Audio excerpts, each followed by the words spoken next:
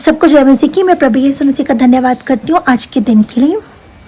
अक्सर मुझसे एक सवाल पूछा जाता है कि सिस्टर जी, दीदी, कि डैश डैश जो पर्सन है वो मसीह हो के वो प्रभु यीशु मसीह को जान के बहुत गलत काम कर रहा है, खुदा उसको सुधार क्यों नहीं रहे, मतलब खुदा उसके अंदर कोई चेंज क्यों नहीं लेके आ रहे।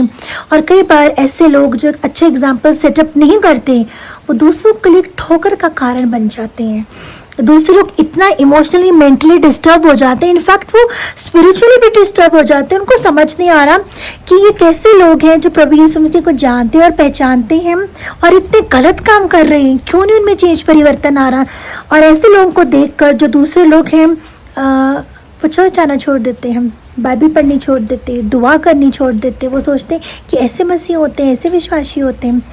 तो मैं आपको इनकरेज करना चाहती हूँ, आपको मोटिवेट करना चाहती हूँ, आपको बताना चाहती हूँ कि सच में प्रभु यीशु मसीह है वो ताड़ना देते हैं। सच में जो प्रभु यीशु मसीह है वो सुधारना चाहते हैं। वो अपने सच्चे बच्चों को क्या है वो सुधारना चाहते हैं, जो उनके परिवार का हिस्सा है उनको क्या है प्रभु यीशु मसीह सुधारना चाहते हैं। इब्रानियों 12 की 7 से 8। प्रभु यीशु मसीह उन सब लोगों को सुधारना चाहते हैं जो गलत रास्ते पे हैं, ताकि वो सही रास्ते पे वापस लौट आए। भजन संहिता 119 की 67 वर्स। प्रभु यीशु मसीह उन सब लोगों को ताड़ना देते हैं, उन सब लोगों को सुधारना चाहते हैं जो आत्मिक रीति से सो गए हैं, जो आत्मिक रीति से बिल्कुल डेड हो चुके हैं। प्रभु यीशु मसीह उनको जगाना चाहते हैं। 1 कुरिन्थियन 11 की 32। तो इसका मतलब प्रभु यीशु मसीह की जो ताड़ना है हमें पड़ती है, और इसलिए पड़ती है वो हमें सुधारना चाहते हैं, हमें सिखाना चाहते हैं, हमारे कैरेक्टर को बनाना चाहते हैं, हमें परमेश्वर के करीब लाना चाहते हैं। लेकिन कुछ लोगों के ऊपर प्रभु यीशु मसीह की ताड़ना नहीं पड़ती, कुछ लोगों को प्रभु यीशु मसीह की ताड़ना नहीं मिलती। वो कौन से लोग हैं जो जानबूझकर परमेश्वर को ठुकराते हैं? रोमियो 1 की 28। जो अपने ही मार्ग पर हट करते हैं, जो अपनी ही मर्जी करते हैं, अपने ही रास्ते पर चलना चाहते हैं।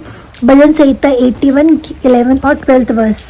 जो पाप में जमे रहते हैं और मन फिराने से इनकार करते हैं, मतलब जो जिनको पता भी है हम गलत काम कर रहे हैं और फिर भी उसी रास्ते को वो एंजॉय कर रहे होते हैं। और कारण क्या है? जो बार बार चेतावनी को नजरअंदाज करते रहते हैं। नीति वचन 29 की 1। सच्चाई से प्रेम नहीं करते। 2 थिस्सलुनीकियों 10 की 2 से 12। तो इस करके प्रभु यीशु मसीह की ताड़ना ऐसे लोगों पे नहीं पड़ती जिनको प्रभु यीशु मसीह बार बार मौके देते हैं, बार बार उनको मौका दिया जाता है, उन पे ताड़ना आती है, उनको सज़ा मिलती है। कोई ना कोई इंसान आके उन्हें गाइड करता है, कोई ना कोई आके उनको दिशा दिखाता है, लेकिन वो नहीं मानते। उन्होंने अपने मन को सख्त कर लिया है। परमेश्वर के वचन को जानने के बावजूद भी पवित्र आत्मा उनको गाइड नहीं कर रहा, क्योंकि अपनी लाइफ को एंजॉय कर रहे हैं, अपने पाप को एंजॉय कर रहे हैं, अपने पुराने जीवन को एंजॉय कर रहे हैं। तो खुदा रोमन्स 1 चैप्टर में लिखे, तो खुदा ने उनके हठीले मनों पर, खुदा ने उनके मन की प्रयोग किया है, उनको छोड़ दिया है कुछ समय के लिए। और क्या है, ताड़ना का ना होना हमेशा आशीष नहीं है। ये कभी कभी संकेत होता है कि परमेश्वर ने सुधारने का प्रयास रोक दिया है। इसका मतलब है कि व्यक्ति को आत्मिक रूप से मरने दिया जा रहा है जब तक वे खुद मसीह के पास ना आ जाए। क्योंकि परमेश्वर ने, प्रभु यीशु मसीह ने, पिता यहोवा ने बहुत मौके दिए हैं और एक समय पे आके खुदा बाप उनको छोड़ देते हैं। तो इस करके भाइयों बहनों, मेरे आप लोगों से रिक्वेस्ट है, किसी इंसान को आइडल मत बनाइए, किसी इंसान पे फोकस मत करिए, किसी इंसान के जीवन को मत देखिए कि वो ऐसे कर रहा है वैसे कर रहा है। क्योंकि जिनको प्रभु यीशु मसीह की ताड़ना नहीं मिल रही, उसका रिजल्ट क्या आता है, उसके कॉन्सिक्वेंसेस क्या होते हैं? उनके अंदर झूठी शांति है, अंदर पाप है, लेकिन कोई आत्मिक बोझ महसूस नहीं होता। आत्मिक अंधापन है, गलत को सही और सही को गलत वो क्या है मानने लगते हैं। इशाया 5 की 20। दिल का सख्त होना, परमेश्वर की आवाज सुनना मुश्किल हो जाता है। इब्रानियों 3 की 15। इस करके मैं सब भाई और बहनों को इनकरेज करना चाहती हूँ, मोटिवेट करना चाहती हूँ। आज के बाद आप कैसे किसी इंसान को देखते हैं जो आपको लग रहा है उसका जीवन पाप में है, वो गलती पे गलती कर रहा है, गलती पे गलती कर रहा है, आप समझा रहे हैं उसको समझ नहीं आ रहा, उसको वार्निंग्स मिल रही है उसको समझ नहीं आ रहा, तो प्लीज़ ऐसे इंसान को छोड़ दीजिए, उसको निशाना मत बनाइए, अपना फोकस मत बनाइए, अपना टारगेट मत बनाइए। अब ये मत सोचिए कि खुदा बाप उसको सुधार नहीं रहे, अब ये मत सोचिए कि खुदा बाप उसको चेंज नहीं कर रहे।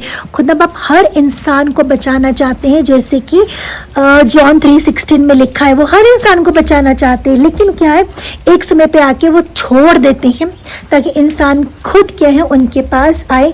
और इस करके आपको किसी मनुष्य को देखने की ज़रूरत नहीं है कि मनुष्य का जीवन कैसा है। No one is perfect in this world, even I am not perfect, कोई परफेक्ट नहीं है, परफेक्ट एक ही एक है, वो प्रभु यीशु मसीह है।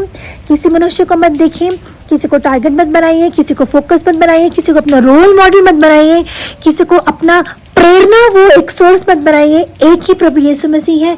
आप वचन पढ़िए, आप प्रभु यीशु मसीह को देखिए, और अगर जब आप गलती कर रहे हैं और गलती करने के बाद आपको एहसास हो रहा है, एक फीलिंग आ रही है, एक गट फीलिंग आ रही है, आपकी कॉन्शियस आपको प्रिक कर रही है, अंदर से एक आवाज़ आ रही है कि हाँ मैंने गलती की है, तो भाइयों बहनों आप खुश होइए, आप आनंदित होइए। आप खुदा बाप के अनुग्रह के अंडर हैं, आप उनकी ग्रेस के अंडर हैं, और खुदा बाप आपसे बहुत ज़्यादा प्रेम करते हैं। आपको छोटी छोटी गलतियों की भी अगर ताड़ना मिलती है, वो आपसे बहुत प्रेम करते हैं, और खुदा की ब्लेसिंग्स आपकी लाइफ में आ रही हैं। Thank you, God bless you all.